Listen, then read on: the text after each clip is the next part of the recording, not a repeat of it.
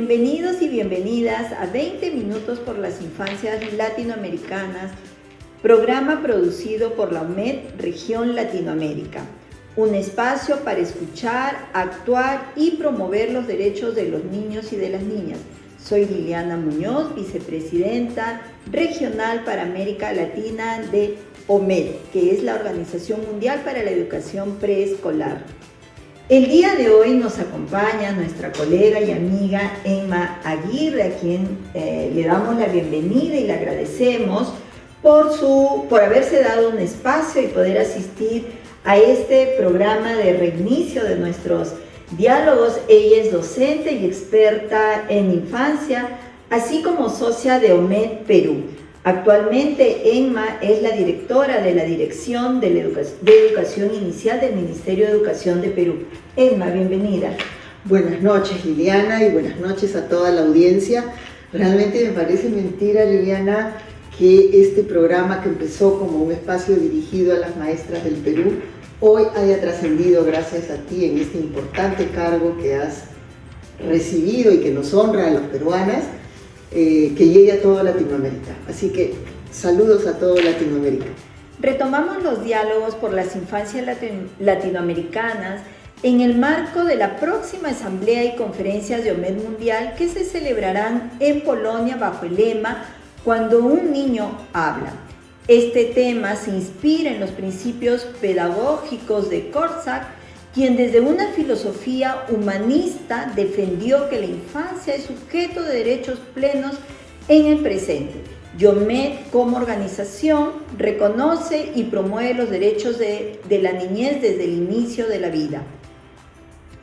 En ese sentido, un diálogo sobre niños y niñas como sujeto de derechos es esencial para transformar políticas, prácticas educativas y culturales e impulsar la participación real de la infancia, mejorar la protección y OMED como organización reconoce y promueve los derechos de la niñez desde el inicio de la vida.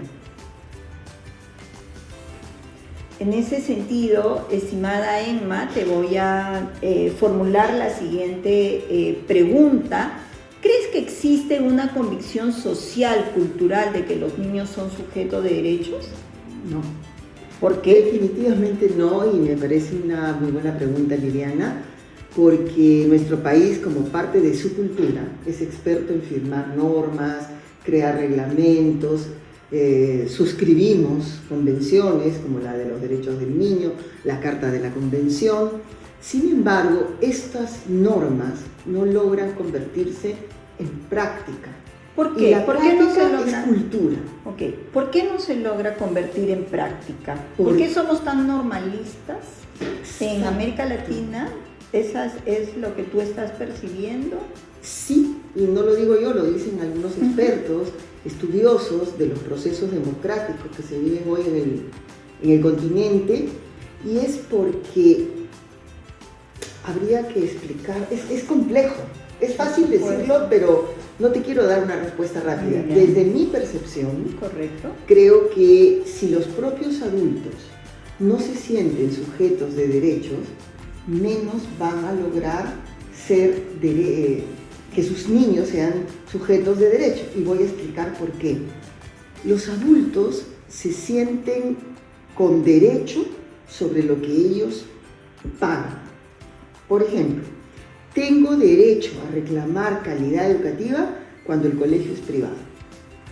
Tengo derecho a una buena atención porque estoy pagando una clínica. Pero cuando es un servicio público, no lo ven como derecho. ¿Por qué? Porque en el país, ¿cuántas personas pagan impuestos? En otros países anglosajones, la gente paga impuestos y el impuesto se devuelve en servicios. Pero si tú en un país como el nuestro eludes impuestos o no pagas impuestos porque vives en la informalidad, entonces no sientes que esos servicios te corresponden. Y porque hay un arraigo de una cultura vertical que lo han explicado muchos sociólogos, la historiadora Carmen McEvoy lo explica, nuestras raíces todavía no han logrado cohesionar un país que tenga vínculos de ciudadanos. Los vínculos son de paisanaje, corporativos, son vínculos regionales, vínculos de parentesco, vínculos de empresa, pero el vínculo de propiamente sentirse ciudadanos, es decir, tú y yo nos sentimos ciudadanas y eso nos une al margen de nuestros credos religiosos, al margen de nuestros orígenes étnicos, al margen de nuestras procedencias, lenguas, religiones, etc., eso todavía no se ve. Y lo dijo alguien, una persona muy estudiosa de nuestra realidad, que ya nos dejó hace mucho tiempo, Carlos Iván de Gregori, ¿no? Julio Kotler, estudiosos de la realidad peruana.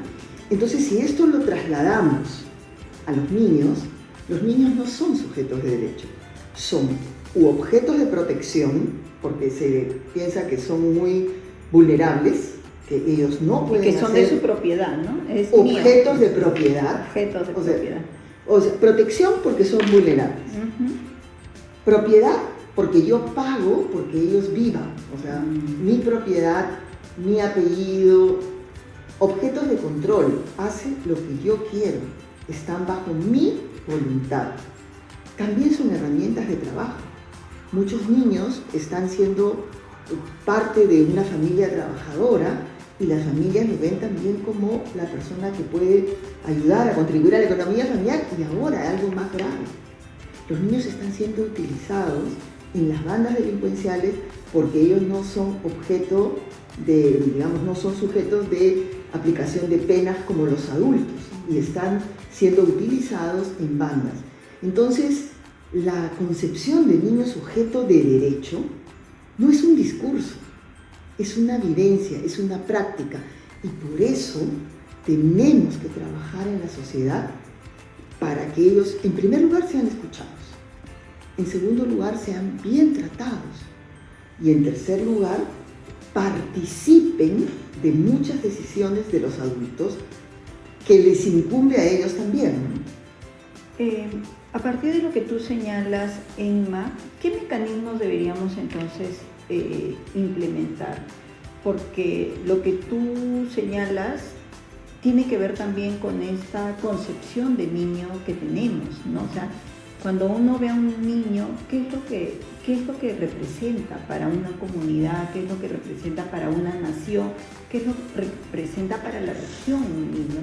Entonces, me parece muy importante, de repente desde tu experiencia, desde ese conocimiento que tú tienes, y además porque tú participas en la implementación de políticas, ¿no? Y trabajas, viajas, has recorrido muchos lugares, no solamente del Perú, sino fuera del Perú, entonces conoces diversas realidades.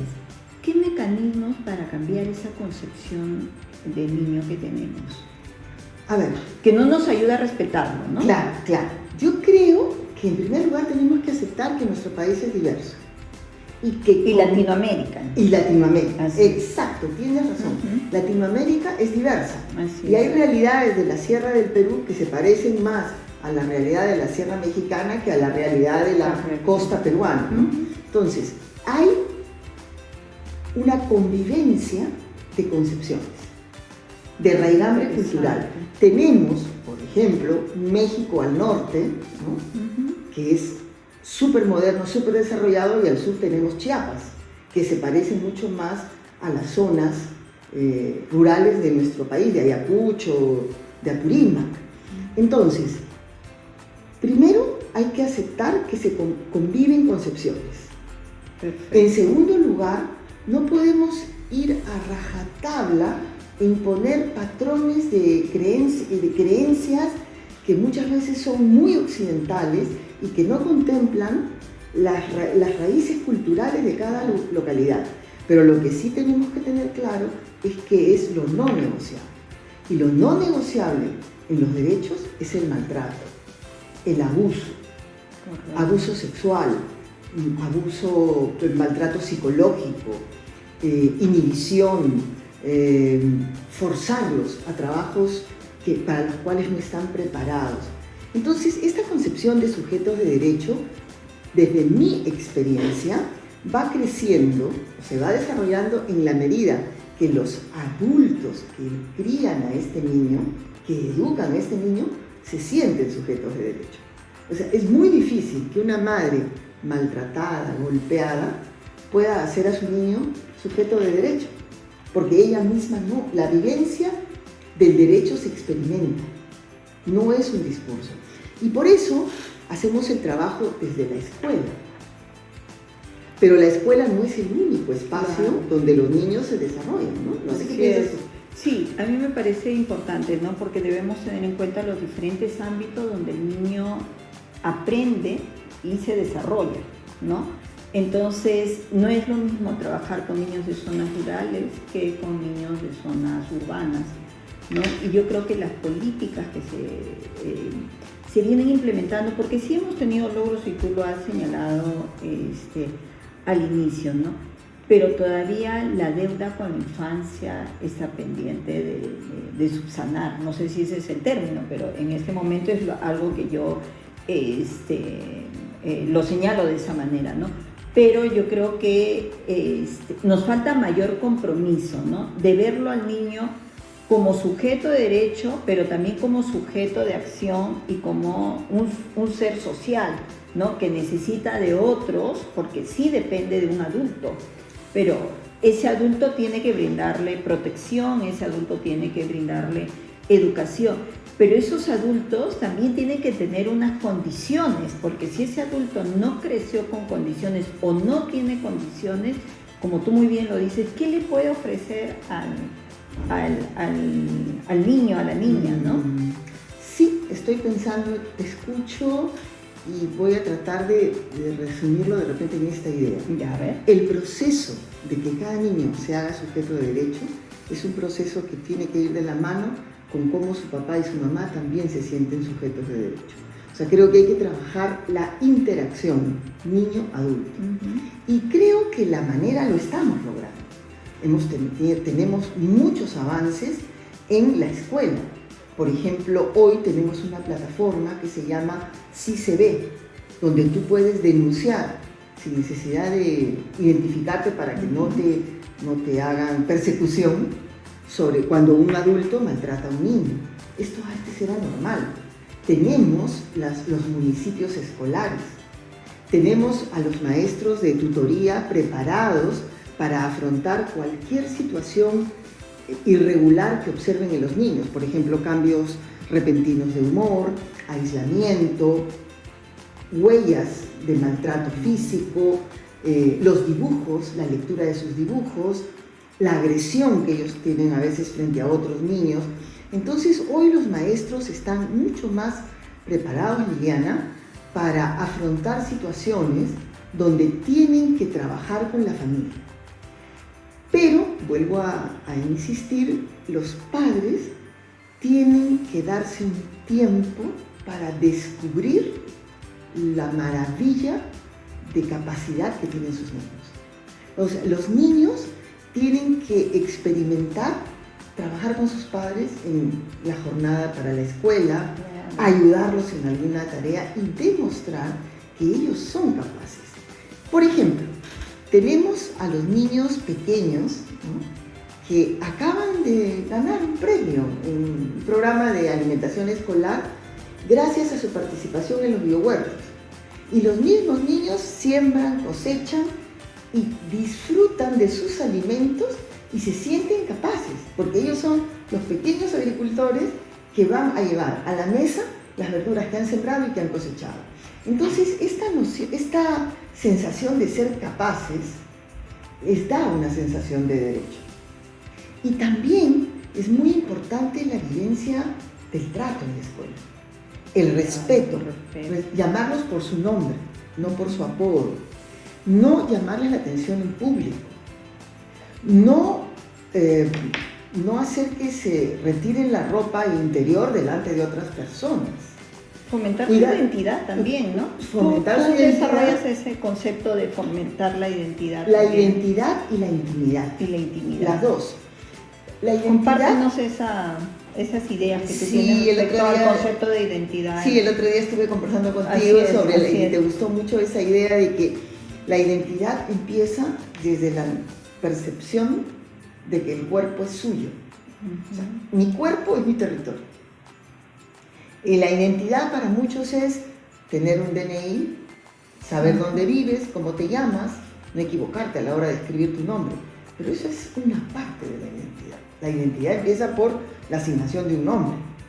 Pero la identidad se desarrolla en la medida que tú te sientes dueño de tu cuerpo, en movimiento, en actividad y sobre todo a quién permites tú que tu cuerpo sea tocado. Porque el principio justamente de la autoprotección de los niños es que su cuerpo es su territorio. Y eso empieza en la primera infancia, Correcto. cuando las mamás solamente permiten que ella y otro cuidador, sea el papá o la persona que la apoye, le cambie el pañal, por ejemplo, la ropa, lo lleve a la ducha, lo ayude a bañarse, que tenga un lugar donde cambiarse. Pero Eso tú es- sabes que eso no es una realidad, digamos, común a todos los niños y niñas, lamentablemente, ¿no? Porque hay padres que, por razones de trabajo, de lo que fuere, porque se van de viaje, qué sé yo, dejan el cuidado de los niños delegado a otras personas, ¿no? Entonces, ahí estoy de acuerdo contigo en todo lo que vienes señalando, pero estamos dando una responsabilidad a la escuela y a la maestra. Y tú has señalado muy bien de que hay otros ámbitos, pero también hay responsabilidades, ¿no? Desde el Estado a través de sus políticas, ¿no? Entonces, ¿qué es lo que está, por qué no logramos concretar esa atención y esa educación de manera integral desde la intersectorialidad? Y tú bien trabajas todo ese tema y además es parte de tu trabajo, pero ¿por qué no se logra? ¿Por qué hay tantos niños y niñas ahora con altos niveles de desnutrición, malnutrición, ¿no? Inclusive ha habido un retroceso en América Latina respecto a la vacunación. También hubo un retroceso en la asistencia de los niños a las escuelas o a la institución de 3 a 5 años, a nivel de 3 a 5 años, y ya ni hablar de los niños menores de 3 años, ¿no? En Perú hemos tenido unas mejoras, pero que todavía hay una brecha. O sea, hay situaciones estructurales que afectan a las familias y por lo tanto a los niños, ¿no? Entonces, de arriba, ¿no? ¿Qué se debería hacer? ¿Por qué es tan complejo? No sé, a veces hasta nos sentimos desesperanzados, pero la idea es que nosotras como educadoras no podamos transmitir, y aquellos también que nos ven, que no solamente son maestros y padres, sino que nos escuchen otras voces, otras representaciones, ¿no? Y que lleven la voz de los niños para poder concretar las políticas, ¿no? Mira, tu pregunta es bien compleja, porque hemos pasado de la ausencia de servicios, el problema del derecho, y por qué no.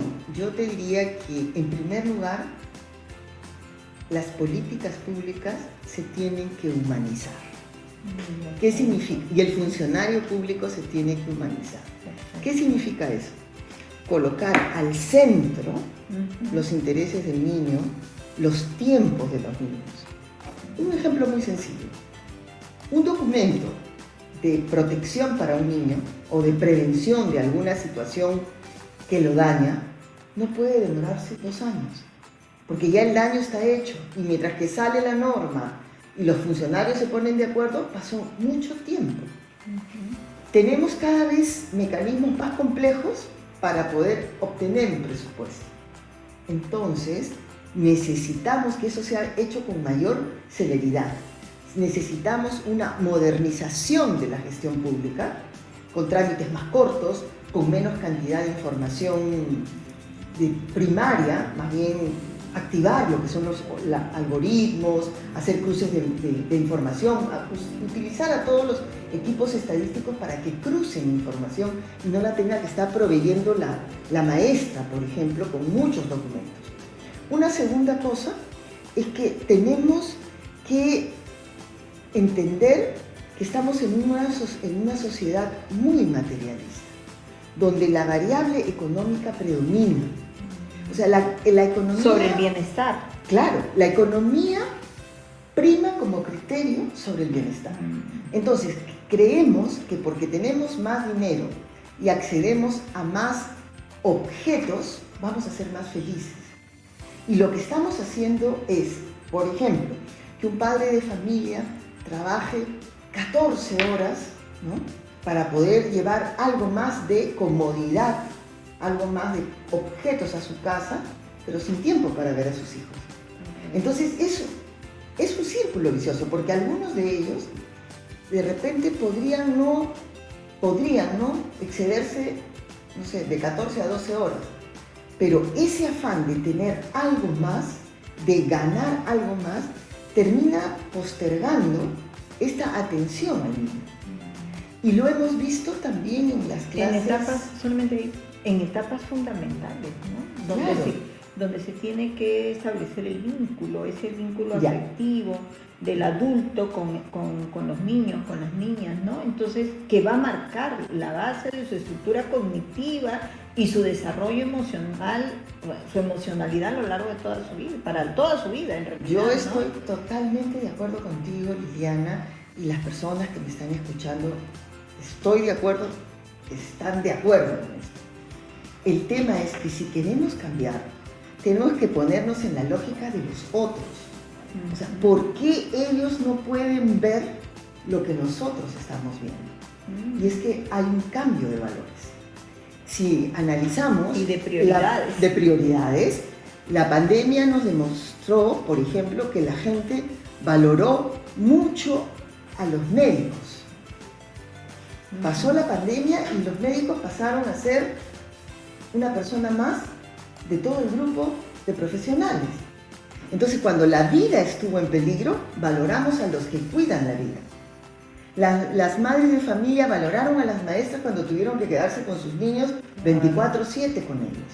Pero lo humano cada vez pierde más valor, o la naturaleza, sea humana o toda nuestra biodiversidad. Entonces, yo quiero explicártelo más de fondo, porque no te quiero de verdad, Liliana, dar respuestas fáciles. Las respuestas fáciles es hacer más taller de capacitación, más pronunciamientos, cuando lo que tenemos que hacer es entrar en la vida del adulto para promover que él se acerque a través de actividades lúdicas, actividades de conversación, actividades de demostración de lo que los niños son capaces, para que se deslumbren. Esa es la palabra. Que se vislumbre, ¿no? Que de asombro, que vean que son capaces. Esa manera es la que yo creo que podría ayudar a cambiar la mirada. Porque estaríamos construyendo ahí ciudadanos que aprenden también sobre sus derechos, ¿no? Así eso es lo que, porque tú has dicho al inicio de que los adultos no protegen, no velan por los derechos de los niños, porque ellos tampoco se sienten que son respetados en sus derechos, que nuestros derechos como ciudadanos, y lo vemos en toda América Latina, son vulnerados permanentemente, ¿no? Entonces, claro, si yo no me asumo como un sujeto de derechos, no puedo promover en los otros, ¿no? Un ejemplo práctico es toda la gente que migra. ¿Cuántos niños ven a sus padres, los conocen a través de la videollamada, ¿no? O el internet? Porque los padres tuvieron que viajar a buscar mejores horizontes en otros países y dejaron a los niños criados con la abuela. En El Salvador, en Guatemala, esto es una realidad muy cruda. Entonces, hay un fenómeno económico que ha expulsado a todos los adultos a trabajar como primera prioridad, y la vida a sobrevivirla, pero no vivirla, disfrutarla, sino sobrevivirla. Y esa es la gran mayoría de nuestra población latinoamericana. Hay personas como tú, como yo, como los que nos rodean, que también han tenido la posibilidad de experimentar esta situación de derecho, y eso es lo que queremos que experimenten otros.